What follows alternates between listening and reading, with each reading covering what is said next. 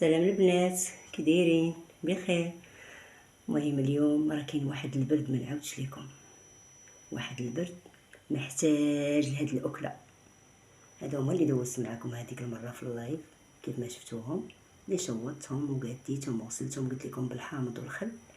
درت النص ديالهم حيت كتار تبارك الله، 12 وحده راه كتار، وكانوا جوج من قبل هي 14 وحده، يعني كاين الخير تبارك الله. المهم انايا خليت منهم هادو، ومع هاد البرد وهاد العجاج قلت راني نشاركهم معاهم دابا، نديرهم نتعشاو بهم مزيانين. هما راه فيهم الجيلاتين، واخا انا فيا السرطان وداكشي راه ماشي كان حيت كنديرهم كناكلهم كاملين، ناكل شويه المقدار ديالي كيف ما كتشوفوا. ها هما الكرعين،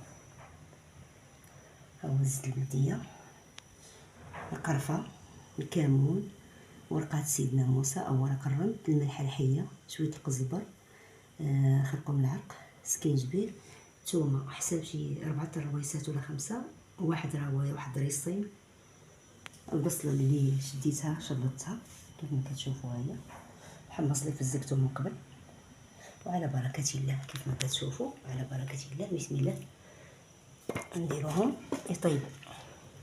انا حيت كنصور بايد وكنخدم معاكم بايد. المهم على بركه الله دابا غندير هادو بعدا كيتشحروا شويه، ندير عليهم البصله، ها هي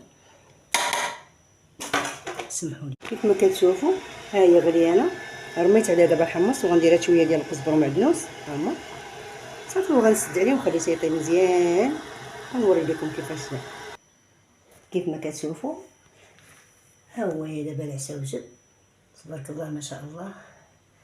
عرفتي شنو هو كيتهضموا، جاو طيبين مزيان. المهم اللي عجبو المحتوى يدير لنا البارطاج ويدير لنا لايك، ما تنساوش المتابعه، عافاكم وشكرا لكم بزاف. راه خبيزات تا هو باش نرافقوه، شويه الكمون وبصحه والراحه.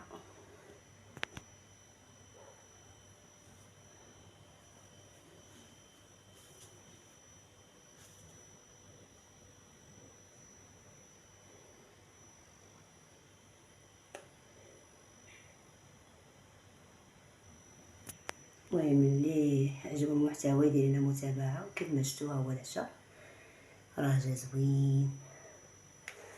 المهم شفتوهم كيف طايبين على حقهم وطريقهم ومعلكين، هو الخبيزات والكمون وبصحه والراحه، وشكرا لكم جميعا.